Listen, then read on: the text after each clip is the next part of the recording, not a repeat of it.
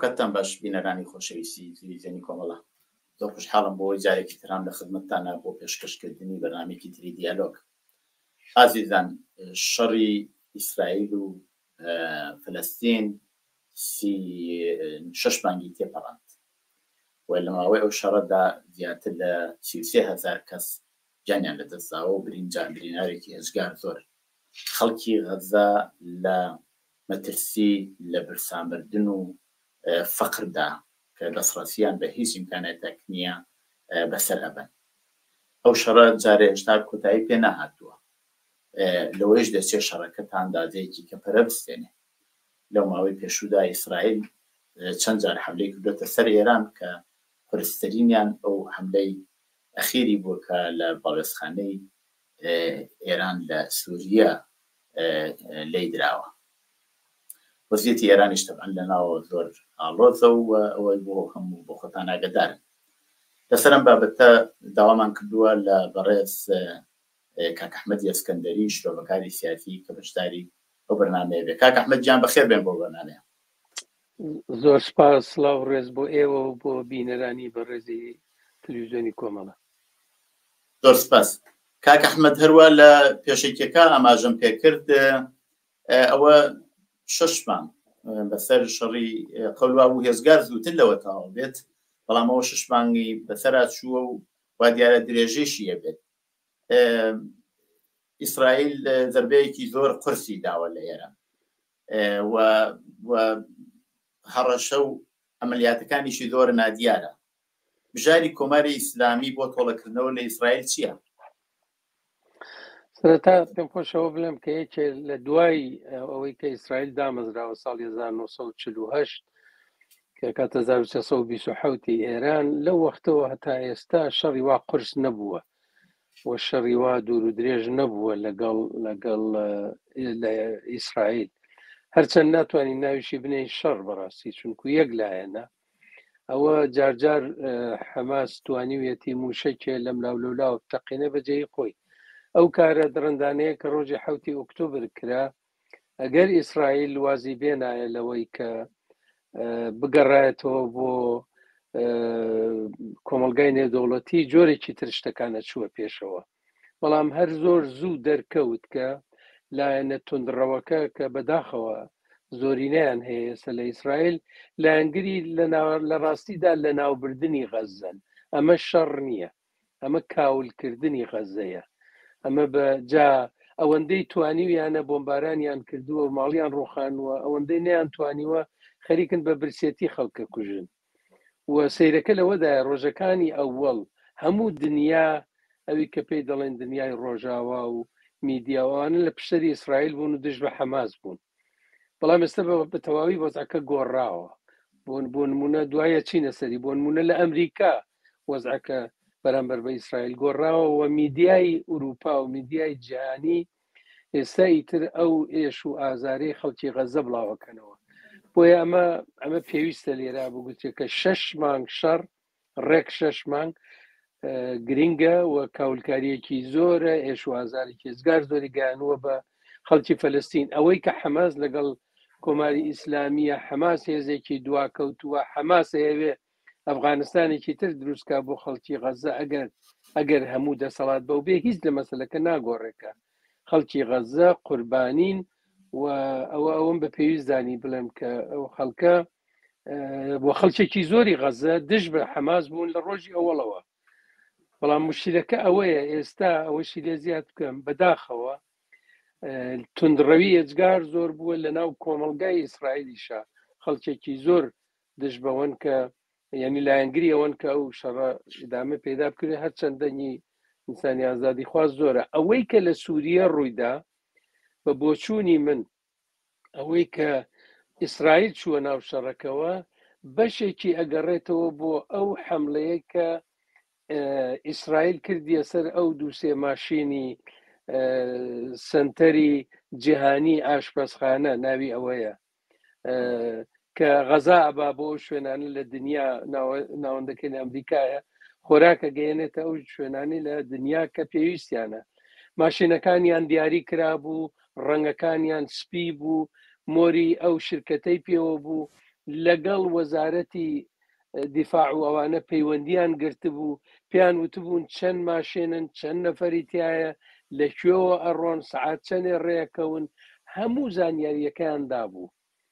و کە ڕێکەوت ئەوە بوو لێیاندا، وەکو موشەکەکانی ئێران کە دای لە فڕۆکە ئوکراینەکەیان لەسەر تاران خستە خوارەوە، ئەگەر بڵین یەکەم موشک بە هەڵە بووە کە ئەوە هیچ کامی هەڵە نەبوون، ئەوەی تاران و ناوەی ئەمان، ئەی دوو موشەکەکەی ترچی 3 موشکیاندا لەوانە کە ئەم کارە کرا، ئیتر بووە بە ئابڕووچوونێکی ئێجگار زۆر گەورە، وایە دنیاکەی وایە بەداخەوە 30 چەند هەزار خەڵک لە غەزە کوژراون و زیاتر لە 100,000 لەوانەیە بە سەدان هزار بریندار و ئەوە هیچ ئاوارە و برسی بەجێی خۆی. بەڵام ئەو 7 نەفەرە لەبەرەوە ژمارەیەکیان شارۆمەندی وڵاتانی دەرەوە بوون، نەک فەلەستینیە کە لەوێژین، هەرەسەن ڕێک شارۆمەندی ئوسترالیا و ئینگلیستان و یەک دوو وڵاتی تر بوون، هۆلەند و ئەمانە وای کرد کە دەنگدانەوەیکی زۆری داوە. ئیسرائیل من ناتوانم بڵێم بە دڵنیاییەوە بڵێم کە ئیسرائیل ئەمە کاردانەوە بۆ ئەوە بوو، بەڵام بە هەرحاڵ ئیسرائیل زانیاری کۆکردەوە و دای لەو ئەفسەرانە و بەوە ئیسرائیل دەوێت یەک کار بکە، ئەویش ئەوەیە کە بە دنیا بڵێ بابە شەڕەکەی من لەگەڵ ئێرانەوە، چونکو ئێران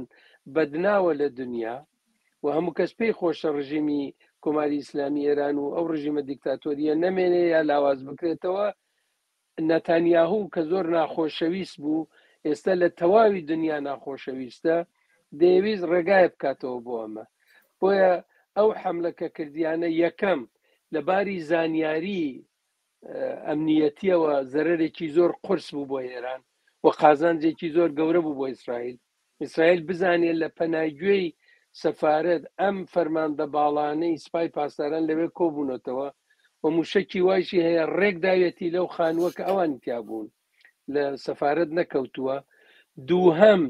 کەسەکان کەسی زۆر باڵان. سێهەم ئەمە بەتایبەت لە دوای کوشتنی قاسمی سلێمانیەوە و دوای شەڕی 7 ئۆکتۆبری پارەکەیش ژمارەیەکی ئێجگار زۆریان لێ کوژراوە و ئێران هەر ئەڵێ هینمان بووە، سەبری استراتژیکمان بووە و سەبری ئینقلابی و دوای شەڵا تۆڵەی سەختەکەینەوە و هیچیان نەکردووە. هەموو ئەمانە بەلایەکەوە دابنین، ئێمە لە بەردەم بارودۆخێکی زۆر زۆر جیاوازین، هەتا تەنانەت مانگە لەمە بەریش. بڵێ ئەو سەبرەی وا ئێران هەیەی بەشێکی وابزانم لە گفتوگوۆیەکا بووە لەگەڵ ئەمریکا بەنهێنی چەند جار لەگەڵ ئێران دانیشتووە، جایسەیە لە ڕێگەی وڵاتێکی ترەوە یا ڕاستەوخۆ دانیشتون و داوایان لێ کردوون کە رووسیەکان کۆنتڕۆڵ بکەن، ئەوە داوایان لێ کردوون کە شەڕەکە پەرە نەسێنێ، ئەو شەڕە ئەگە پرە بستێنێ بە زەرەر تەواو بێت بۆ ئەوان بۆ ئێران دەرەر تەواو بێت و ئەمریکا هەموو هێزێکی خاتە کار و هەڕەشە گۆڕەشەی وا کراوە. تەبعەن ئێرانیش بۆ ئەوەی بتوانێەوە هاوسەنگی هێز ڕابگرێ لە هێزە نیابەتەکانی خۆی وەکو حوسیەکان و لە لوبنان و وانەی کەڵکی وەرگرتووە و حتا لە عێراقیش ئەگەر ئاگاتان لێ بێ بۆ خۆشان حتمەن ئاگدارن چەند جار چەند عەمەلیات دژ بە ناوەندەکانی ئەمریکا لە عێراق ڕوویدا. چەندێک ئەو سەبرەی و ئێوە بخۆتان ئاماژەتان پێکرد لەلایەن ئەمریکا و لەو گفتوگۆیانە بەسەر ئێرانەدا سەپاندراوە. دەزانین چۆنە جارێ بۆ مەسەلەی ئەمریکا و ئێران لە چەند ساڵی ڕابردووە بەنهێنی لە وڵاتی عومان لەوێ هینیان بووە، پەیوەندیان بووە، ژێربەژێر پەیوەندیان بووە، جگەرەوە لە کاناڵی دیپلۆماتیکیشەوە هاتوچوو شت گۆزراوەتەوە لە ڕێگای عێراقەوە، لە ڕێگای وڵاتانی ئوروپاییەوە، یەکێتی ئوروپا و لەو سفارەتە هینەکەی خۆشیان لە ڕێگای سویسیشەوە کە کاروباری بینی ئێران و ئەمریکا ڕاپەڕێنێ لە لای هەردوولا. بەڵام بە تایبەتی ئەم جاری ئاخرە ئێران ئاشکرای کرد، وتی ئێمە پەیاممان داوە بە ئەمریکا یا پەیاموان ئاڵوگۆڕ کردووە لەگەڵ ئەمریکا نەیەویست بڵاوی بکاتەوە، بەڵام کە ئێران بڵاوی کردەوە ئەمریکاش وتی بەڵێ، بەڵام پەیامەکە ئێران نردوێتی بۆ ئێمە. ئێران پەیامی نردووە بۆ ئەمریکا وەوتێتی بابە ئێمە خولاسە ئێمە خۆ پەیامەکە دەرنەکەوتووە، بەڵام پەیامەکە ئەوەیە کە ئێران نیگەرانی ئەوەیە ئەمریکا لەبەرەوە پشتیوانی گەورەیە گەورەترین پشتیوانی ئیسرائیلە بکەوێتە ناو شەڕەکە و تەحملی ئەمە بۆ ئێران ئاسان نییە. ئێران لەو ڕێگاوە ئەوێ ئەو کارە بکە. بەڵام مەزانی مەسەلەکە چییە؟ مەسەلەکە ئەوەیە کە ئێران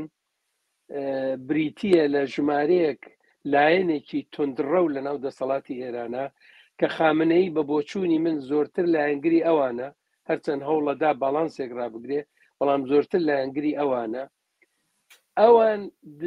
لایەنگری شەڕی ڕاستەوخۆن لەگەڵ ئیسرائیل. نەتانیاهو خۆی و تندڕەوەکانی ناو دەوڵەتی ئیسرائیلی زۆریان پێخۆشە ڕاستەوخۆ شەڕ لەگەڵ ئێران بکەن. بۆچی؟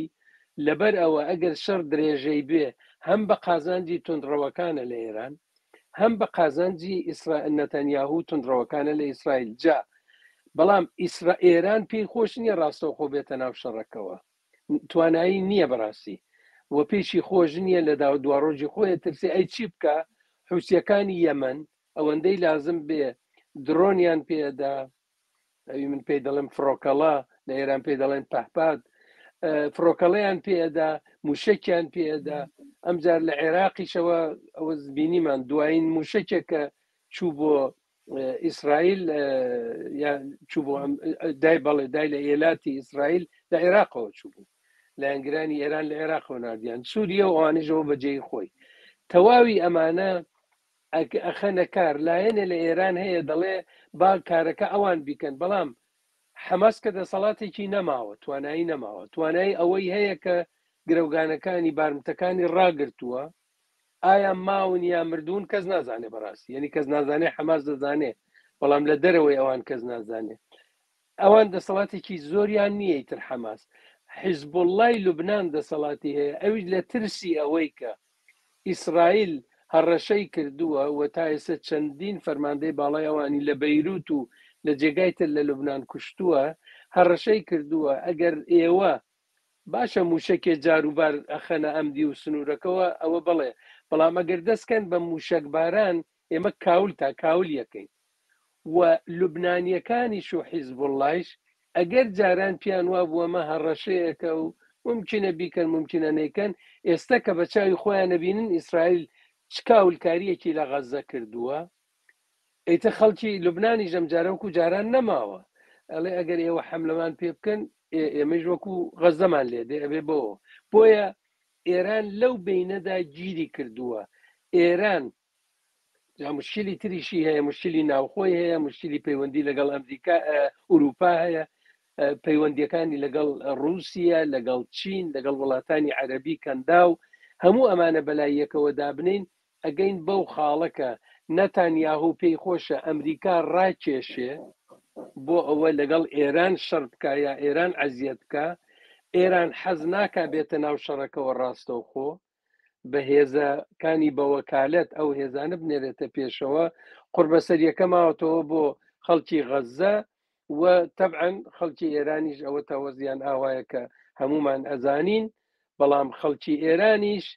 نا پشتیوانی لە شەڕ ئەکەن لەگەڵ ئیسرائیل ئەگەر شەڕێک ببێ، ئەسەن شەڕی خارجی ناکەن. من پێم وایە وەزی ئێران لەوە گۆڕدراوە، لەوە خراپترە کە ئەگەر حملەیە کرا بە ئێران ئەو نیشتمان پەروەریەی کە زمانی شەڕ ئێران و عێراق پەیدا بوو ئەوە پەیدا نابێتەوە، بەڵکو زەمینە خۆشەکرێ. مەبەستمەوە نییە من لایەنگری حملە نیم، بەڵام لەبەر ئەوە ڕژیم ئەترسێ ئەگەر لاوازیە بکەوێتە ناو هێزەکانی و هێزەکانی خەریکی شەڕێک بن لە دەرەوە، ئەمجار خەڵک ڕاپەڕێ. بارودۆخی ئابووریش ئەوەندە خراپە کە خەڵکەڵێن جا لەمە خراپتر ئێستا لە برسا خەریکین ئەمرین. خۆ بالواقع بەشێ لە خەڵکی ئێرانیش بەشی هەرە هەژار و فەقیرەکەی نەک لە گوندەکانی بەلوچستان و نازانم کوێ و کوێ و کوردستان و ئەوانە، بەڵکو لە ناو تارانە خەڵک برسیانە. بۆیە وەزعەکە زۆر زۆر ئاڵۆزە. ئەخ زۆر جار باسی واکەم کە ئێمە ماتڵ بن و حەقی خۆمانەکەینەوە و شوێن و کات و شتەکەی بۆ خۆمان دیاریەکەین. هەم لە نوێژی جومعەکانە باسییان کردووە، هەم فەرماندەی سپا و سەرۆکۆماریش هەروی توێتی و خامنەیش بۆ خۆی وتێتی و زۆر هەڕەشەکەن. جاری پێشوو هەڕەشەکان ئەو تۆڵەکان لە کوردستان کردەوە بودایان لە ماڵی ئەو بازرگانە و هەموو نەماڵەکەی و بۆ خۆشی لە جەریانی ئەو حملا گیانی لەدەستا ئایا لە خەرت وێ تۆڵە بکاتەوە یاکو ئەمە زیاتر لە هەڕەشەیە و نایەوێت هەر بەوە ڕازیە بێت و هەوڵ بدات کە لەوە زیاتر هێرش نەکەنە سەری تۆڵا کاتەوە یا نایکات دەزانین چۆنە ئەوەی کە بخۆیان پێی دەڵێ بە فارسی پێی دەڵێن خیشتەنداری یعنی خۆڕاگرتن و دەستڕاگرتن هیچنەکەن هێندێک ئێستا دەنگێک لە ناو خودی دەسەڵاتی ئێرانەوە پەیدا بووە دەڵێ ئەم خیشتەنداری ئێمە ئەوەی کە خۆڕا بگرین و سەبرمان ببێ نیشانەی لاوازیمان وەکو نیشانەیەکی لاوازی دەرەکەوێت ئەگەر ئێمە هیچ نەکەین ئەوە ئاوا باڵاترین فەرماندەکانی سوپای پاسدارێنیان چ لە ناوخۆی تاران و چ لە سووریە و چ لە عێراق و چ لە شوێنی تر کوشتووە ئێمە بە حوسیەکان موشەکە نێرن یا نازانم کەسی ترە و کارە دەکا بەڵام ئەخر ئەی خۆمان ئەی ئەم هەموو ئێستا لایەنە پەیدا بووە لە ئێران ئەڵێ ئەی هەموو موشەکەمان ئێمە بۆ چییە بەڵام مەسەلەکە جۆرێکی تریش دەتوانی لێکی بدەینەوە ئەوە بۆ دوا ڕۆژی ئێران کۆماری ئیسلامی ئێران و بۆ دوا ڕۆژی نەتانیاهوو کامیان باشە بۆ دوا ڕۆژی ئێران ئەمە باشە کە هێزە لاوەکیەکان و هێزەکانی بە وەکالەت لە یەمەن و سووریە و عێراق و لوبنان و ئەوانە شەڕ بکەن شەڕەکە نەکەوێتە ناو ئێرانەوە هەم شەڕەکە گەرمە لەگەڵ ئیسرائیل هەم دەنگ و هەراکە لە تارانەوە زۆرە کە ئەوە ئێمە ئەو کاراکەین و ئەو کارە ناکەین هەمیش زەرێکیش بە ئێران نەگەیوە بەو معنا ئەوە لایەکێتی ئێستا من خۆمر خەبەرم نییە تەحلیلەکەم بەڵام من دڵنیام لە ژووری بیرکردنەوەکانە لە ئێران دەڵێن باشە ئەمەمان ئیدامەداوە ڕاستە ئەوە ئێمە توانیمانە ڕژیمەکە ڕابگرین بەڵام ئاخر یەک لە دوای یەک فەرماندەکانمانە کوژن یەک لە نەک فەرماندەی خوارەوە باڵاترین فەرماندەکان هێن دەوێنە دانێن لەگەڵ قاسمی سلێمانیە تەمەشاکەی سیان چوار لەو کەسانی کە زۆر زۆر نزیک بوون لە قاسمی سلێمانیەوە و زۆر پلەی باڵایان بووە لە سوپای پاسدارانە ئەوانن کە کوژراون دەڵێن ئەمە دابنین ئەوە لایەنی ئێرانە لە ناو خودی ئێران لایەنێکی تر هەیە دەڵێن نا هەتا ئێستا و کارەمان کردووە باشمان کردووە قازانجمان کردووە ئێمە چونکو ئیسرائیل زەرەری زۆر قورسی کردووە لە دنیا ئابڕووی چووە کەسانێکی زۆر وایشە کەسانێکی زۆر لە دنیا کە لە ئەنگری ئیسرائیل بوون و دەیان کوردنا ئەوە تێرۆریستەکانی فەلەستینی یعنی حەماس و ئەوانن کە ئەزیەتی ئیسرائیلەکەن ئەلان تەمەشاکەن نەبا بەوان نییە ئەگەر ئەوان خراپن بەڵام ئیسرائیل لەوان زۆر خراپتری کردووە جا ئەمە ئێران بە قازانجی خۆی داناوە ئێستا بۆچوونێکی تر لە ئێران خەریکە هێزەگرێ ئەویش ئەوەیە کە ناکرێ ئێمە هەر ئەوە دانیشین دەستەوەستان ئەبێ کاردانەوەیەکمان بێ کاردانەوەکە چۆنە بێ ئالێرا جیابێتەوە ئایا لە ئیسرائیل بدەین مەسەلەن بە موشەکێ بە شتێک لە خودی ئیسرائیل بدەین یان ئەوەی بەرژەوەندیەکی ئەمریکا لە جێگایك بخەینە مەترسیەوە یعنی هجوومێ بکەین بە شوێنێکی ئەمریکا زە فەرق ناکە لە هەر کوێ بێ حملەکەیش فەرق ناکە بە ئیسرائیل لەکوێ بێ وەختی خۆی چوونە ئەرژانتین دایان لە شوێنێکی جوولەکەکان لە ئەرژانتینیان تەقاندەوە معلوم بوو ئێرانی لە پشت بوو نازانم دەتوانن 1001 کارکەن ئەوەشی کە خۆت ئیشارەت پێکرد لە باشووری کوردستان جار نەجار ماڵێکە گرنە ئامانج و موشکێک و تەقەیەکی لەکەن ئەڵێوە دامان لە شوێنێکی سایۆنیستەکانەوە هیچ نییە ئەبێ لە شوێنێ بدەیت کە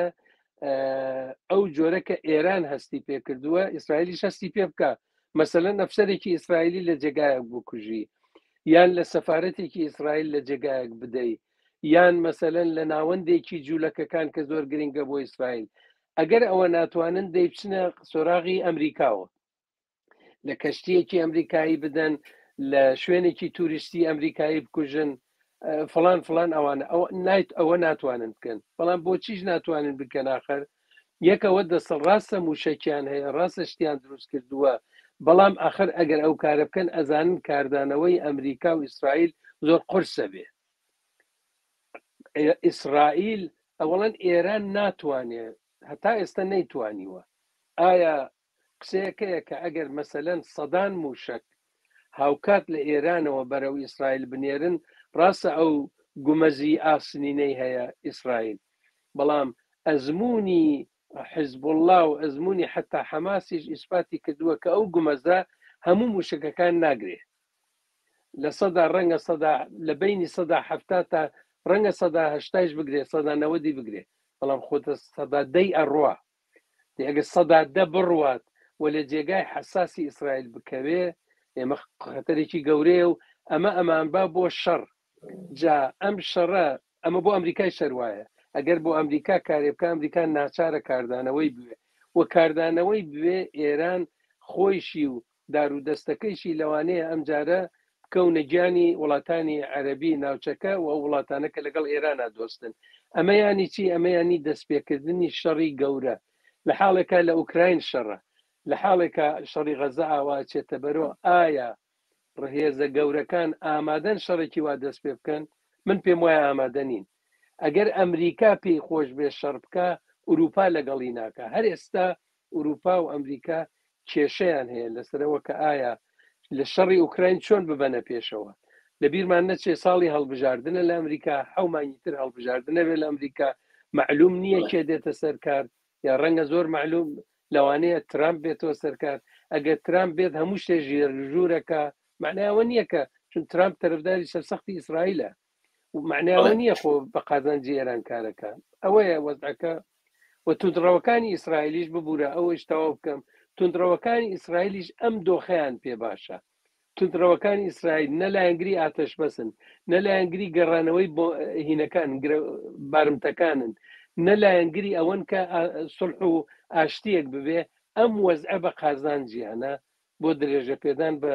دەوڵەتی نەتانیاهو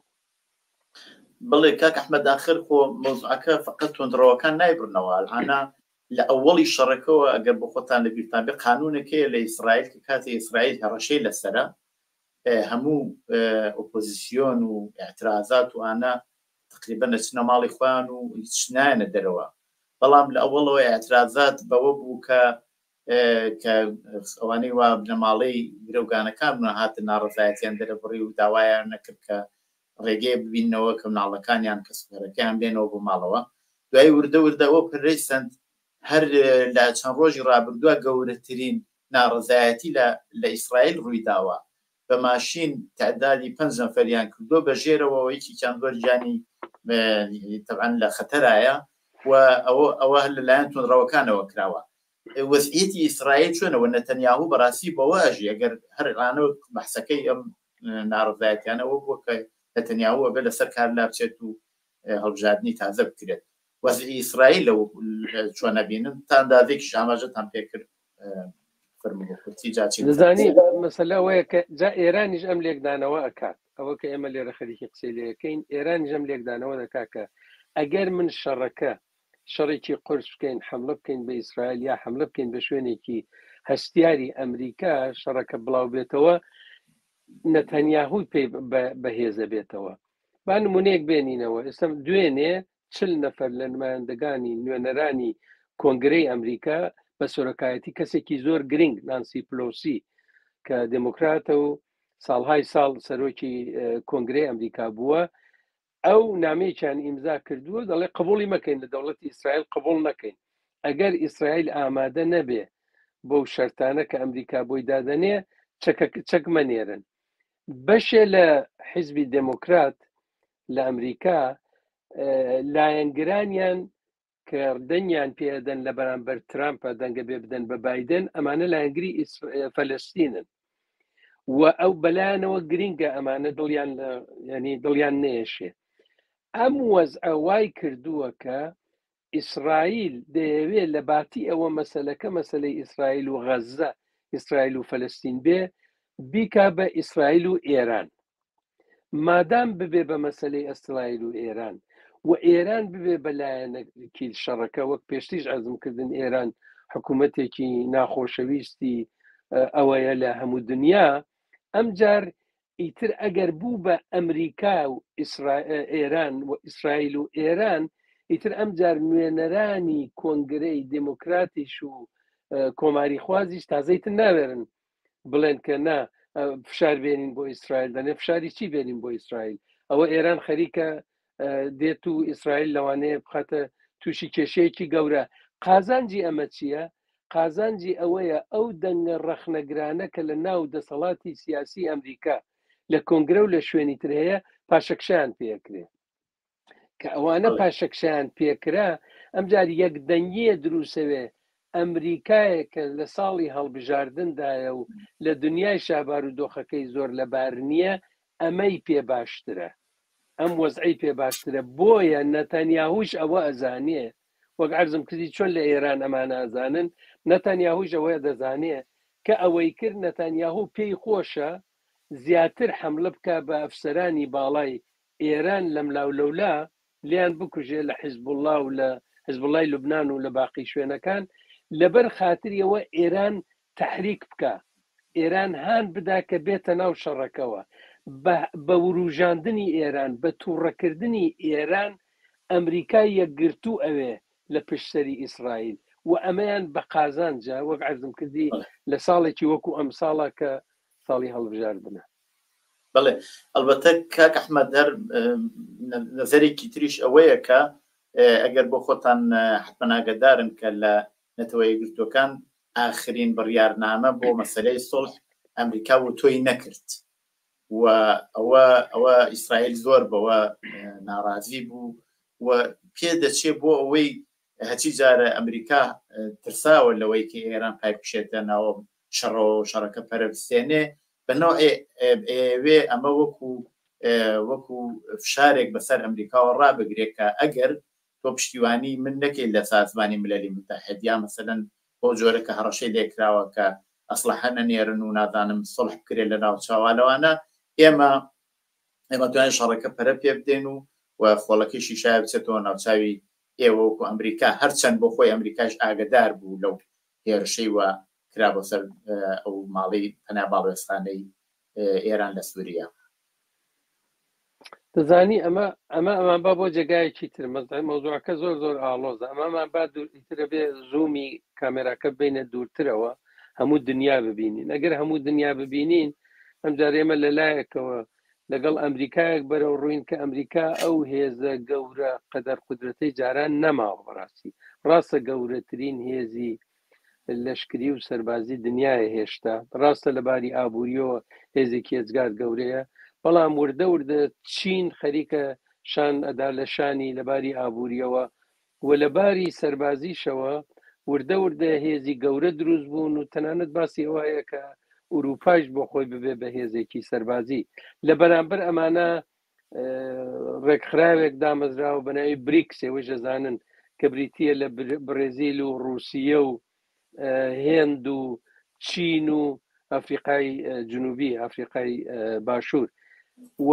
ئێرانیشیانەوە تا وردە قوبوڵ کردووە ئەمانە خەریکی بێنەوبەرن و ئێمە لە بارودۆخێکی تازە ئاواداین کە تەنانەت درۆنی ئێرانی یعنی فڕۆکەڵەی ئێرانی کێ پێی وابوو چەند ساڵ لەمەوە بەرکە رووسیە وای لێدێ پێویستی بە درۆنی ئێرانی هەیە کە بیبا بۆ ئەوە لە شەڕی ئوکراین کەڵکی لێوەربگرێ و ئێران بووە بە هێزێکی سەربازی گەورە ئەم ئێرانە ینی بڕوخێ نەڕوخێ بمێنێتەوە نەنەمێنێتە ئەم ڕژیمی کۆماری ئیسلامی هەرچۆنێ بێ ئێران هێزێکە و دەڵێ حسابم لەسەر بکەن ئەمە فەرماندەکانی سوپای پاسداران دەزانن ئەمریکاش دەزانێ و بۆ بەرژەوەندی درێژخایانی خۆیان نانەوێ بیوروژێنن بەڵام هەڵەی گەورە ئیسرائیل کردی کە دوای ئەو کاردان جارێ هەڵەی گەورەکە ئەوە بوو کە غەزەی کردبوو بە زیندانێکی گەورە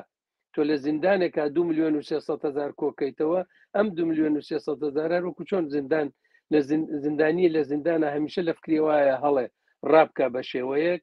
ئەو خەڵکیش لە فکری ئەوە بوون خەڵک خۆ مناڵم هەر 2,300,000ەکە بەڵام ئەوانەی کە هەڵسوڕا بوون کە حەماس بوون بە چەکی ئێران و بە پارەی ئێران و نازانم قەتەر و تورکیە و کوێ ئەمانە خۆیانیان بەهێز کردووە وەزایان دروست کرد کە دینیمان لەوەها دۆخێکە هەم ئەمریکا هەم تەنانەت ئێستا رووسیەش کاوە لە قوڕی هینە ئوکراینە چەقیوە و هەم چین کە بەرژەوەندی ئێجگار زۆری هەیە و پەیوەندی خۆشی هەیە لەگەڵ هەموو وڵاتانی ناوچەکە وەختی ئەچنە نەتەوەی گرتووەکان و نەوێ بڕیارنامەیەک لەوێ بێتۆ بکرێ یا بێتۆ نەکرێ، پەسەندی بکەن یا پەسەند نەکەن، هەموو نەخشەکەی دنیا ئەبینن. تەنها چاویان لە یەک یا دوو وڵاتەوە نییە. ئاگایان لەوەیە ئەمریکا گەیشتە قۆناغێکە وەها بارودۆخی دنیا بەرامبەر بە ئیسرائیل گۆڕابوو کە نێتوانی ئەو دوایین بڕیارنامە کە چووە نەتەوەی گرتوەکانە شورای ئەمنیەتەوە نێتوانی بێت تۆی بکە. هەوڵی زۆری دا تۆزێ ئاوی تێکەن، تۆزێ شلیان کردەوە، ڕازی کردن لە پشتەوە وتی بێت تۆی ناکەم، بەڵام دەنگیشی پێ نادەم. دەنگ ئەوایان کرد کە دەنگیان پێنەدا، دەنگەکەی خۆیانیان ناسەر مێزەکە و ئەوە بوو کە پەسەند کرا. هەرچەند بە خۆش دەزانی ئەوە هیچ شەرتێک مەشروط نییە ئەو بڕیارنامانەی نەتەوەیە گرتوەکان. یعنی بە سەر ڕایەوە کە ئەوەیش پەسەند کرا و حتا ئەگەر ئەمریکاش هینی پێبدایە ئیسرائیل دەیکوت جا چییە هیچی قبول ناکرد. هەروەکو بە دەیان بڕیارنامەی لەو نەوعەکە هەموو نەتەوەیە گرتوەکان و ئەنجومەنی ئاسایش پەسەندی کردووە، بەڵام ئیسرائیل قبوڵی نەکردووە. وێ وەزعەکە زۆر زۆر ئاڵۆزە. ڕاستیەکەی ئەوەیە کە هەموو کەس چاوەڕوانی ئەوەیە بزانێ داهاتووی ئەم ساڵی 2024 کەوتە ساڵی 1403 ئێرانیشە، بزانێ هەڵبژاردن لە ئەمریکا بەرەو کوێ چێ، شەڕەکەی ئوکراین بەکوێ ئەگا و بارودۆخی ناوچەکە چی لێ دێ لە ڕۆژهەڵاتی ناوەڕاست. ئیسرائیل هەتا کوێ ئەتوانێت بچێتە پێشەوە، بۆیە هەموو کەس بە احتیاتەوە دێتە پێشەوە و ئەم احتیاتە وای کردووە بەداخەوە هێزی تندڕەوی ڕاستگرا لە وڵاتانی ئوروپایی لەم لاولۆلا بەدەسەڵات گەیشتون، بەهێز بوون. ئەگەر ترامپیش بێتە سەرکار ئەوەی تر هەرتەواو تەکمیلەوێ. بۆیە وەزعەکە وەزعێکی زۆر هەستیارە. من جاری تریش وتومە ئەتوانی پێشبینی هەوا بکەی کە هەفتەی داهاتوو جەبهەیە هەوای سارد دێ یا گەرم دێ چیە بێ، بەڵام پێشبینی دوور بۆ ئاڵوگۆڕی سیاسی ناتوانانی بکەیت. ئێستا ئەم وەزعی مەوجودە کە هەیە نەتانیاهو قازانجی لەکە، کۆماری ئیسلامی قازانجی لەکە، تا ڕادەیەکیش ئەمریکاش بە زەرەری نییە. چین و رووسیەش زۆریان پێناخۆش نییە و وەزعەکە با بچێتە بەرەوە. رووسیە سەرڕایەوەی کە دۆستی ئێرانە و لە ئێران نزیکە، بەڵام دوێنێکێ لە ڕۆژنامەکانی تاران دەڵێ باشە بۆ تا ئێستا هیچ رووسیەک تێرۆر نەکراوە و نەکوژراوە لە سووریە. ئەو هەمووە هێزی رووسیە و فەرماندەی ڕووس و ئەوانە هەن. کەسی هی ئێمە لە باڵاترین ئاستا یەک لە دوایەک تێرۆر نەکرێن. ئەوە یعنی گلەیەکی ناوخۆ بۆ لە خۆیانیان کردووە. بۆیە مەبەستمەوەیە کە بڵێم وەزعەکە زۆر زۆر ئاڵۆزە. هەر تەسمیمێ هەر لایەک بیگرێ تەسیری زۆریەوەی لەسەر ئێران. حەزەکەم یەک شتی لێ زیاد بکەم، ئەوژەوەیە ئێران جگە لەم بارودۆخە سەربازی و استراتێژیکەی کە لێی شارەزان و ئەزانن، دوو مەوزوعی تر هەیە. یەکیان ئەوەیە کە ئێران پشتیوانی خەڵکی نییە. هەڵبژاردننی آخر کە لە ئێران کرا معلوم بوو کۆماری ئیسلامی ئێران پشتیوانیەکی من نازانم خۆ کەسینی بەدەستەوە نییە، بەڵام ڕەنگە 15-20 لە سەدا خەڵکی ئێران کە قازانج و بەرژەوەندیان لەم ڕژیمایە و ڕوخانی ئەم ڕژیمە بە زەرەریان تەواو دەبێ. ئەگەر ڕڵێم خەڵک بەبەستم هەموو دانەدانەکانیان نییە، بەڵام ئەوانەی کە قازانجی لەکەن بەشێکی ئەوەیە پشتیوانی خەڵکی نییە. ئەزانێ شەڕی قورس بکرێ و دەرگیر بێت لەوانەیە سەربازەکان و تەنانەت پاسداریش ڕابکەن و جەبهەی شەر بەجێ بێڵن و خەڵک هەڵسانێ بێەوە. یەک دووهەم بارودۆخی ئابووری ئێران بەرگەی ئەوە ناگرێ هەم خەڵکەکە فەقیر و هەژار ڕابگرێ و هەم تەنووری شەڕێک گەرم ڕابگرێ کە ئەم تەنووری شەڕە دەتوانێت بە زەرەری قورسیان تەواو بێ. ڕەنگە خراپ نەبێ ئاماژەیە بکەم بە تورکیە هەڵبژاردننی کرا. ئەوە یەکێک لە پرسیارەکان بە کاک ئەحمەد جاگەر بەجالم دێ بە هەر لەو خودی تورکیە بۆ خۆی ئەکتەرێکی بەهێزە لەم کێشانە و حتا لە دەستپێکردنی شەڕی ئیسرائیل و فەلەستین ئێمە بینیمان کە تورکیە زۆر بە توندی و شەڕێ مەحکوم کرد و ئێستا دوای قەتەر تورکیەیەکێک لە وڵاتانەیە کە ئەندامانی پایەبەرزی حەماس لەوێ نیشتەجێن. لە جریانی ئەم شەڕێشە ئەگەر چای لێ بکەین هەمیشە تورکیا هەڕەشەی کردووە یارمەتی تایبەتی ناردووە بۆ خۆی وەکو شتی سمبۆلیک بەڵام ئەم هەڵبژاردنانەی ئەخیر زۆر بە زەرەری ئاکپارتی دەوڵەتی حاکم تەوا بوو پێتان وایە ئەوە چنێک ئەتوانێت تەسیری ببێ کە تورکیا ئەو موقعیەتەی وا هەیەی ئەو لە ناوچە ڕقابەت لەگەڵ عەربستانە ئێران کە ئەوە زۆر کرد بۆ جارانەوانە زەرهێزەکان بوون چەنە تەسیر دانێتە سەر موقعیەتی تورکیا بەنسبەت مەسەلەی ناوچە بە تایبەتیش مەسەلەی ئیسرائیل و فەلەستین جارە من ئەگەر لە ئاخری قسەکەی ئەو پرسیارەکەی پێشووتان ئەوە بڵێم کە لەم هەڵبژاردنەدا یەکێ لەو شتانە کە کارتێکردنی زۆری بوو ئەوە بوو کە بەشێکی زۆری ئابووری تورکیە ئەچێ بۆ ئەو شەڕەی کە ئەلعان لە ڕۆژاوا دژی هێزەکان دموکراتیکەکانی ڕۆژاوای کە یا بە بۆچوونی من دژ بە گەلی کورد لە باشووری کوردستانی کە سڕ ڕایەوەی لایەنگری کێبێ و دژمنی کێبێ کاولکاریە کە ئێستا تورکیە لە ڕۆژاوای کوردستانی کاوە لە باشووری کوردستان دەیکا ئەمە ڕاستە پێگەیەکی سەربازی بۆ مسۆگەر کردووە بەڵام لە باری ئابووریەوە ئێجگار زۆر گران بۆیان تەواو بووە چونکو خەریکە شەڕێکە کات کە سەرمایەی پێویستی بۆ ئەو شەڕە نییە چی کردووە لە خەڵکی گێڕاوەتەوە لەو بودجەی کە دەبوو بدرێ بە خەڵکی تورکیە گێڕاوەتەوە بۆ بودجێ ئەرتەشەکەی پێ تەقویەت بکات جا ئەم جار کارێ خراپیشی کە کردووە ئەوەیە بیرروبۆچوونی ئیسلامی و ئیخوان المسلمینی لەگەڵ خۆی هێناوە لەگەڵیا و ئەوێ خەڵکەکە بەوە ڕازی بکە چونکو هێزی کەمە لە پارلەمانیشە چووە لەگەڵ تندڕەوترین لایەنی کۆمەلگای تورکیە کە خۆیان پێی دەڵێن مەهەپە حیزبی میلی خەڵق پارتیسی بە قەولی خۆیان حیزبی حرەکەتی میلی لەگەڵ ئەوان ڕێکەوتووە کە حیزبێکی شۆڤنیستی فاشیستین و بە تایبەتی دژ بە میلەتی کورد و دژ بە خلاصە زۆر شتن ئەمە وای لێ کرد کە هەڵبژاردنەکان هەڵگەڕاوە لە بەشی زۆری تورکیە جەهەپە دەنگی هێناوە حیزبی جمهوری خەڵق لە بەشی کوردستانەکەی ئەو حیزبەی کە ئێستا ناوی دەمە ئەوان دەنگیان هێناوەتەوە و ئەمە پەیامی بۆ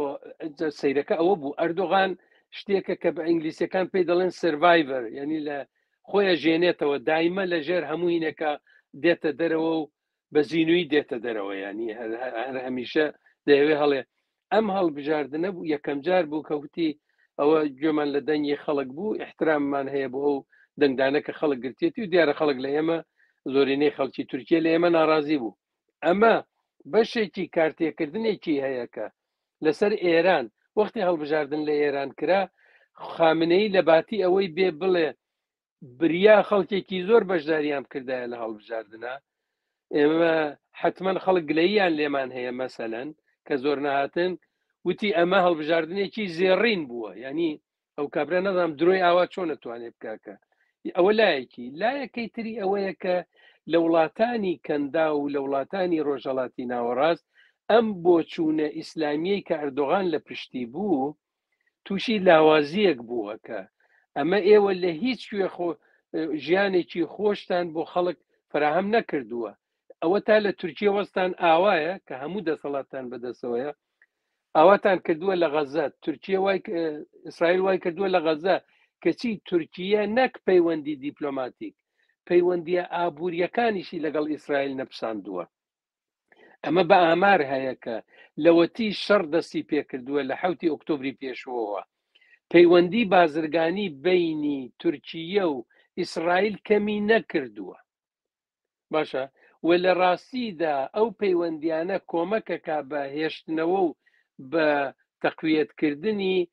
پتەوکردنی بارودۆخی ئابووری لە ئیسرائیل تۆ ئەمە لە حاڵێکە حکوومەتێکە کە مەسەلەن پێیان وایە ئەمە زۆر نازانم دژ بە ئیسرائیلە و ئەوانە لە لایەکی تریشەوە تورکیە جیاوازیەکی هەیە جیاوازیەکەی ئەوەیە کە ئەندامی ناتۆیە کە ئەندامی ناتۆیە قەرار بوو لە ئەوروپا و نزیک بێتەوە کە ئەردۆغان و ئەو تونند و تیژیانەی کە ئەردۆغان کردی هەتا دێ زیاتر دووری خستوێتەوە لە ئەوروپا و تازەی تر بۆ ساڵهای ساڵ نزیک بوونەوەیان ینی بەو جۆرەکە بێتە ئەندامێن لە یەکێتی ئەوروپا دوور کەوتووەتەوە بەڵام پەیوەندیەکی زۆر نزیکی لەگەڵ پوتین هەیە و لە شەڕی ئوکراینی شانیشانی داکە ئامادە نییە ئەو کارە بکە کە ناتۆی کات ئەو گەماروانەی کە ناتۆ خستوێتە سەر پوتین و سەر رووسیا ئەوانە قوبڵ ناکە و ئەم جارجارجاریش دێتە دەرەوە دەڵێ ئەرێ بۆ ئاشتیە نەکەین و نازانم کۆنفرانس دەگرێت لە تورکیە و ئەمجار هەناردەکردنی گەنم ئاسان دەکات ئاسانکاریەکە لەو پەیوەندیەدا جگە لەوەی کە پەیوەندیەکی زۆر خۆشی هەیە لەگەڵ وڵاتانی وەکو قەتەر بە تایبەتی بەڵام یەکشتی تریش ڕووی داوە ئەویش ئەوەیە ئەو تورکیە و ئەو ئەردۆغانە کە بە توندی دش بە محەممەد لاگری محەممەد مرسی بوو لە سەر کۆماری پێشووی و ئێخوان مسلمینی میسر وای لێ هاتووە کە ئێستا چوو بۆ قاهرە لەگەڵ ئەم سەر کۆماری ئێستا کە عەبدولفەتاح سیسی لەگەڵ ئەما دانیشتووە و دانووساندنەکە و پێشوازی گەرمی لێکرێکە سەر کۆمارە دۆستەکەی ئەردۆغانی خستە زیندانە و لە زیندانە مرد ینی خەریکی ئەوەیە کە بە گەیشتووە بەوە ئەردۆغان زیرەکیەکەی لەوەدایەکە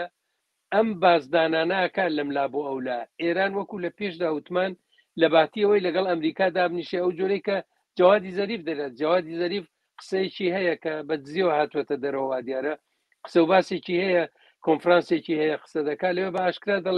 دەڵێ ئەمە مناڵم تەسلیمی ئەمریکا برین بەڵام بۆچی دوژمنی ئەمریکا دەکەین بۆ لەگەڵ یان دانانیشین قسەیان لەگەڵا بکەین ئێران بە دزیەوە نابێ بڵێ نابێ کەس بزانێ نازانم چی لە بنەوە قسەیەک دەکەی دوایش ئینکاریەکەن تورکیە حەیە عەلە السەلا وەک لای خۆمان دەڵێن ئەچێ تاوێ دژ بە میسرە تاوێ چێ بۆ میسرما چێکە تاوێ لەگەڵ محەممەد بن سەلمان وای لێەکە کە ئابروویە با لە هەموو دنیا دوای کوژرانی خاشقچی دوایە دەچێتە مەکە و مەدینە چێ لەوێ لە جددە ماچیە کات و باوشی پیاکات و هەموو ئەمانە دەکات تورکیەی ئەردۆغان جیاوازی لەگەڵ تورکیەی هەموو ڕێز سەرە کۆمارەکانی تر ئەوە بووە کە ئەردۆغان خوار و ژووری ئێجگار زۆرەکە و دەربەس نییە بەوە کە جنێوی داوە بە سەرۆکێک چەند مانگ لەمەوە بەرەوە ئەم زمانی ئایندە چه ماچێکە و بەرژەوەندی حیزبەکەی خۆی و جاری وایە وڵاتەکەی خۆی لە بەرچاوگرێت بەڵام بە بۆچوونی من هەم پیر بووە هەم نەخۆشە هەم ئابوووریەکی زۆر زۆر نەخۆشتر لە خۆی هەیە و هەم سیاسەتەکانیشی شکستی خواردووە و لە باتی ئەوەی بزوتنەوەی کوردستان سەرکوت بکە بزوتنەوەی کوردستان لە ڕۆژاوا گەشەی کردووە سەر ڕای هەموو فشارێکە لە سەرەتی لەناو خودی باکووری کوردستانیش هەڵبژاردننی ئەم دواییە نیشانیدا کە حرەکەتێکی بەهێز هەیە ئەو ئەردۆغانەی کە چوو بۆ دیاربەکر لە ئامد لەوێ قسەی کرد و دووسێ وشەی کوردیشی وت تەنانەت سەرسەرا سەرچاوە لە ئاخری قسەکانیاوتی بە کوردی وتی پێی وا بوو خەڵکەکە فریویەوە خۆن و دەنگیان پێدەن معلوم بوو کە فریویان نەخوارد و سەر ڕایەوەی کە لە هێندێ شار بە بۆنەی بوونی ئەفسەر و سەربازی زۆری تورکەوە دەنگی زۆریان هێنا بەڵام لە هەڵبژاردنەکە زەرەریان کرد. بڵێ هەروەتر ئەو شارەدارەی وانیش بە تەزاورات و ناڕەزایەتێکی زۆر گەورە ئەوەی وا هەڵبژێردرا بوو توانی لە پۆستەکە خۆی بمێنێتەوە نەیانتوانی کەسی کە دابنن بەڵام پرسیارم ئەوەیە کاک ئەحمەد ئەگەر هەر ئەویش تەبعەن خۆ ناکرێ بۆ جۆر بۆ خۆتان ئاماژەدان پێکرد پیشبینی هەواشناسیە کرێ بەڵام پیشبینی سیاست ناکرێ ئەگەر ترامپ بێتە سەرکار چەندێک ئەتوانێ لەم وەزعیەتەی ئیسرائیل و لەم شەڕە و لە وەزعیەتی ناوچە تاسیری ببێ بە تایبەت تیژەڕابطە لەگە تورکیا ترامپ هیچ وەخت تورکیای خۆش نەویستەوە زۆر جاریش لە مەجامعی عمومیە تقریبا نەتوانم بڵێم تا ئەندازەیە تۆرانیەتی یا ڕووی تێنە کردووە لەو بابەتەوە بە کورتی چونکی کاتم زۆر نەماوە ترامپ بێتە سەرکار وەزعەکە چی بێت دەزانی ترامپ ئێسانێکە قابلی پێشبینی نییە بەڕاستی ڕاستە ئەمریکا سیستەمە ئەمریکا خۆ نەفرێ بەڕێوەی نابە ئەمریکا لەوە گەورەترە و سیستمەکە لەوە بەهێزترە کە یەک نەفەر بە تەواوی بەم برابی کێشێ بەو لابی کێشێ بەڵام ترامپ نیشانیدا کە ئەتوانێت هەندێک کار بکە بۆ نمونە ئەوە بچوو لەگەڵ سەرۆکی کورەی باکوور دانیشت و نەبوو پەیامی نارچوو بۆ لای سەرۆکوەزیری ژاپۆن نامەی نووسی نامەی ڕسمەندا بەدەست سەرۆکوەزیری ژاپۆن و وتی بیبە بۆ خامنەی ترامپ لە ئەنگری گفتوگۆ بوو لەگەڵ خامنەیە و ترامپ وەختێک کە ئێران فڕۆکەیەکی ئەمریکایی خستە خوارەوە گە لە بیرتان بێ فڕۆکەکەوتیان 120 میلیۆن دلار هینی بووە نرخەکەی 120 میلیۆن دلار بووە فڕۆکەکەی کە خستە خوارۆ ترامپ ڕۆژی یا دوو ڕۆژ دوایەوە وتی من قامکیشم چوو بۆ لایەوە دەست بنێم بە دوگمەکەدا کە چەندین موشک بەرەو شوێنی حساسی ئێران بنێرن بەڵام لە دوایین ساتەکانە پەشیمان بوومەوە پێی وا بوو لەگەڵ ئێران ناتوانێت تەوافقی بکە ترامپ لەبەرەوە بازرگانێکی زۆر سەرکەوتووە کابراایەکە لە دانووساندنی شازانێت چۆن دانووساندن بکە و ئەو لە بیرمان نەچێتەوە کە ترامپ بۆ قاسمی سلێمانی تێرۆر کرد ئەو تێرۆری کرد بەڵام ترامپیش بوو چەندین جار کە هاتە پێشەوە ئێران نافرمانی کرد ترامپ ئامادە نەبوو بچێتە شەڕەوە لەگەڵ ئێران بۆیە ئەوەی کە پێمان وابێ ئەگەر ترامپ بێتە سەرکار ئیتر نەتانیاهوو بە ئیشتیای خۆی ئەتوانێت لێی خوڕێ وە شەڕ لە دژی ئێرانی ژەکرێ وان نییە بە بۆچوونی من وان نییە بەڵام ئاڵوگۆڕ پێش دێ لە بیریشمان نەچێتەوە کە وەختێک کە ترامپ دێتە سەرکات دەبێتە مانگی 1 ساڵی داهاتوو ڕاستە لە 5 نۆڤامبرە 5 مانگی 11 هەڵبژاردنەکرێت لە ئەمریکا بەڵام بەکردەوە لە مانگی 1 ساڵی دواترە سەرە کۆمار دێتە سەرکار و ئیتر کارەکان دەست پێەکە لە ئێستەوە تا وەختە ماوەیەکی ئێزگار زۆری ماوە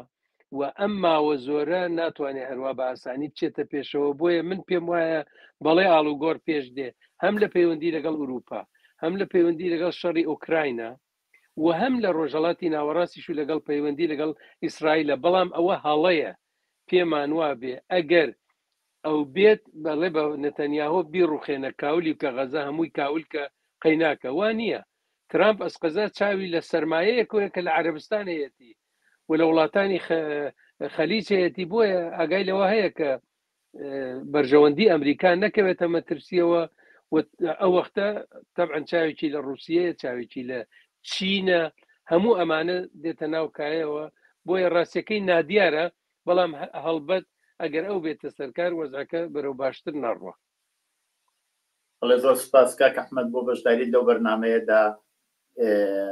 و هیوادارم توان بکات و دەرفەتێکی ترا لەسەر مەسایلی جۆراوجۆرێتر لە خزمەتتانە. زۆر سپاس بۆ ئێوەیش و ماندوو نەبن. زۆر سپاس.